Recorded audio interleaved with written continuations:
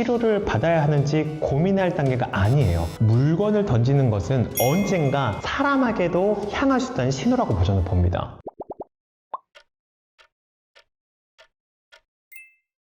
물건 던지는 것은 분노 조절 장애일까요? 아니면 그냥 성격일까요? 오늘 제대로 구분해 드리겠습니다.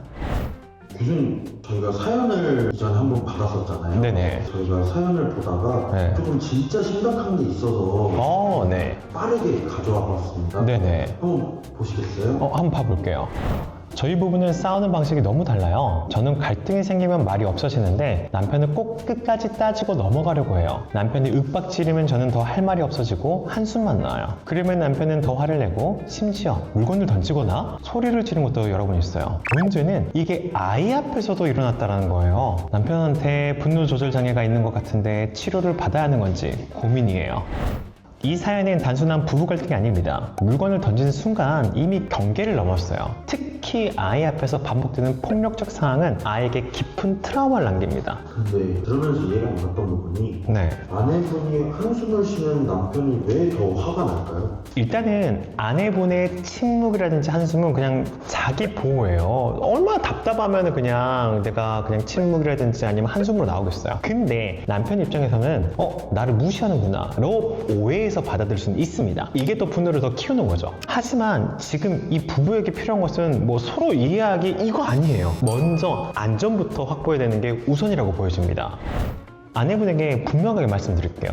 치료를 받아야 하는지 고민할 단계가 아니에요. 지금 무조건 반드시 즉시 전문가의 도움이 필요한 수준입니다. 분노는 원래 자연스러운 감정이에요. 하지만 그 분노가 물건을 부수고 소리를 지르며 타인에게 위험을 가하는 수준이라면, 특히 이게 아이한테 노출이 된다면 이거는 뭐 성격 문제가 아니라 이거 충동 조절의 문제죠. 이것은.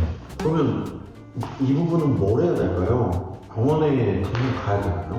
네, 무조건 치료 필수입니다. 뭐 병원도 병원이지만은 심리 상담센터를 빨리 가셔야겠죠. 근데 이 치료 약속을 남편에게 받아내는 것도 사실 일일 거예요. 그러니까 먼저 지금부터 집에서 당장 해야 될 게 있습니다. 오늘 그거 알려드릴게요.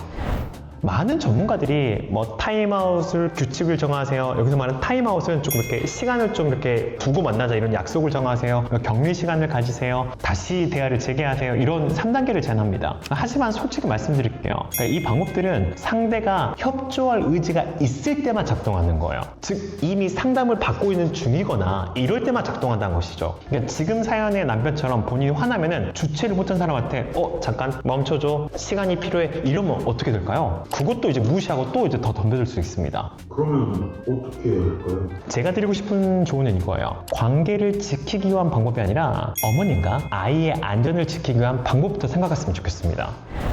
지금 이 아내분이 할 수 있는 현실적인 행동을 단계별로 조금 정리해 드릴게요. 1단계 안전 확보입니다. 나랑 아이부터 지켜야 됩니다. 남편이 물건을 던지거나 소리를 지르는 순간 절대 그걸 맞서지는 마세요. 대신 그 자리에서 벗어나는 게 먼저입니다. 바로 이렇게 말해야 돼요. 지금은 대화가 안 될 것 같다. 나 잠깐 나갈게. 1시간 뒤에 이야기하자. 이때 중요한 것은 도망가는 게 아니라 대화를 연기한다는 것을 분명하게 전해야 됩니다. 그래야지 남편이 도망간다라고 느끼지 않아요. 특히 여기서 아이가 있다면 아이를 좀 같이 데리고 나가세요. 아이랑 화난 아빠랑 같이 있게 하지 않았으면 좋겠습니다. 아이 앞에서 폭력적인 장면은 단 한 번이라도 줄여야 된다는 것이죠.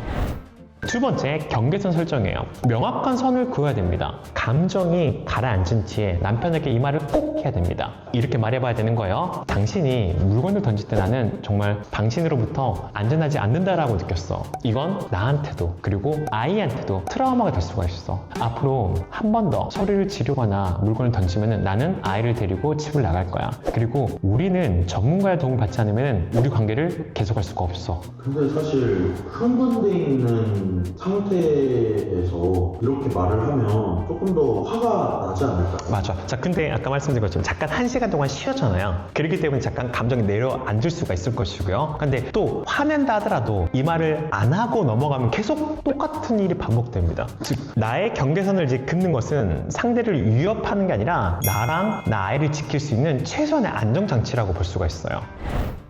그래서 3단계는 전문가 개입이 필요합니다. 치료 약속을 꼭 받아내야 돼요. 이 부분이 가장 중요해요. 남편이 치료를 거부한다면 이 관계는 지속이 절대 불가능합니다. 이렇게 제안해 봐야 되는 거죠. 참고로 이것은 싸웠을 때가 아니라 서로 조금 더 기분이 좋았을 때 말을 하셔야 돼요. 우리 함께 조금 상담을 좀 받아보자. 내가 당신을 비난하는 게 아니라 우리 둘 다 지금 힘든 것 같다. 전문가의 도움을 좀 받으면 더 나아질 수 있을 것 같아. 만약 이때 남편이 나는 문제 없어. 나 치료 필요 없어. 라고 한다면 이렇게 말씀하세요. 그럼 나 혼자라도 상담 좀 받을게. 내가 어떻게 대처해야 될지 배우고 싶어. 이렇게 말하는 거죠. 근데 사실 제 개인적인 의견으로는 남편이 치료를 받아야 되는데 네. 왜 아내도 상담을 받아야 되는지 모르겠어요. 일단 아내가 남편을 설득할 수 있는 지금 심리적인 접근 방법을 모르잖아요. 아빠를 끌고 오고 싶어 한다 하더라도 아빠가 거부하면 못 끌고 오거든요. 그러니까 먼저 엄마부터 어떻게 아빠를 설득을 하고 어떻게 데려올 수 있는지를 사실은 먼저 상담받아가면서 이걸 배워가는 거죠, 사실은. 그리고 나의 심리도 조금 알겠고 내가 사실은 무조건 약자가 아니라 분명히 남편에게 어떤 안 좋은 감정을 주는 것도 내가 사실 먼저 고쳐주는 것도 첫 번째 단계라고 볼 수가 있어요. 그래서 무엇보다 폭력적인 배우자 함께 사는 방법을 배우기 위해서가 아니라 언제 떠나야 되는지 어떻게 나를 지켜야 하는지를 배우기 위해서 먼저 아내분부터 상담받으라는 겁니다. 만약 남편이 변하지 않는다면 이혼도 선택지예요. 조심스럽지만은 이 말은 꼭 해야 될 것 같아요. 남편분이 치료를 계속 거부하고 폭력적인 행동이 계속된다면 아내분은 이혼을 진지하게 고려를 해야 됩니다. 근데 사실 이혼까지 생각하시면서 이렇게 고민 상담을 넣으신 건 아닌 것 같은데 이것은 조금 사소한 부부싸움이 아니에요. 물건을 던지는 것은 언젠가 사람에게도 향할 수 있다는 신호라고 저는 봅니다. 그리고 무엇보다 아이가 노출되잖아요. 그러니까 아이가 이런 환경에서 계속 자란다면 아이는 폭력적으로 감정을 표현하는 게 정상이구나 라고 배우게 되는 것이죠. 그렇기 때문에 아이를 지키기 위해서라도 관계를 끝내는 것도 선택지가 될 수가 있습니다. 그러면 박사님께서 생각하시는 건강한 분노 표출은 뭘까요? 사실 저도 그냥 분노를 항상 해오다 보니까 네. 어떻게 해야 되는 건지 잘 모르겠네요. 좋은 질문이네요. 그럼 제가 실제 상황을 예로 좀 들어서 한번 설명을 좀 드릴게요. 먼저 약속시키지 않았을 상황이에요. 그러면 이제 건강하지 않은 분노 표출은 왜 당신 맨날 약속 안 지켜? 너무 이기적인 거 아니야? 나한테 관심도 없어? 이렇게 말하면 상대방은 방어적이 됩니다. 맨날은 무슨 맨날이야? 나도 사정이 있었어. 어쩌다 한 번 한 건데? 라고 반박하게 되는 것이죠. 이때 이것을 건강 어떻게 표출하느냐? 어제 7시에 만나기로 했는데 8시에 온 거 난 조금 서운했어. 1시간 동안 혼자 기다리면서 나는 중요하지 않은 사람인가? 이런 생각이 좀 들더라고. 다음부터는 조금 늦을 것 같으면 좀 먼저 연락 좀 해줄래? 이렇게 말하면 상대방은 무조건 미안해가 나오겠죠. 내가 진짜 연락을 못했구나 라고 받아들일 수가 있다는 것이죠. 조금 더 구체적으로 내 감정을 상세하게 말을 하는 거예요. 그렇죠. 근데 이게 그냥 무조건 감정을 표현한 게 아니라 언제, 무엇이 나에게 어떤 감정이 나타나게 했는지를 좀 구체적으로 말하라는 거예요. 즉, 메시지가 당신부터 시작된 게 아니라 나로부터 시작된다는 거예요, 나로부터.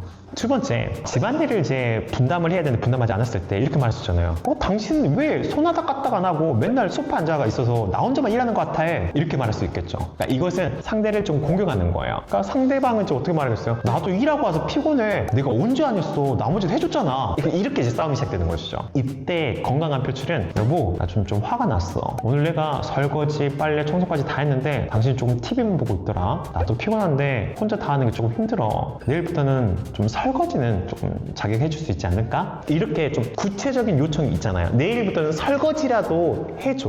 무조건 그냥 도와주라는 게 아니라 구체적으로 표현하는 것이죠. 근데 정말 다르긴 한데 네. 저는 이제 교수님처럼 전문가가 아니다 보니까 네. 화가 나면 막 이렇게 나오잖아요. 맞아요. 그렇게 어떻게 차분하게 말을 할 수 있을까요? 근데 저도 그래요. 저도 화가 날 때 그렇게 나옵니다. 그렇기 때문에 저도 항상 의식적으로 생각을 해요. 바로 30초 룰입니다. 화가 막 이렇게 나잖아요. 나면 이렇게 하는 거죠. 첫 번째, 좀 입을 좀 다물고요. 3번 좀 심호흡하는 겁니다.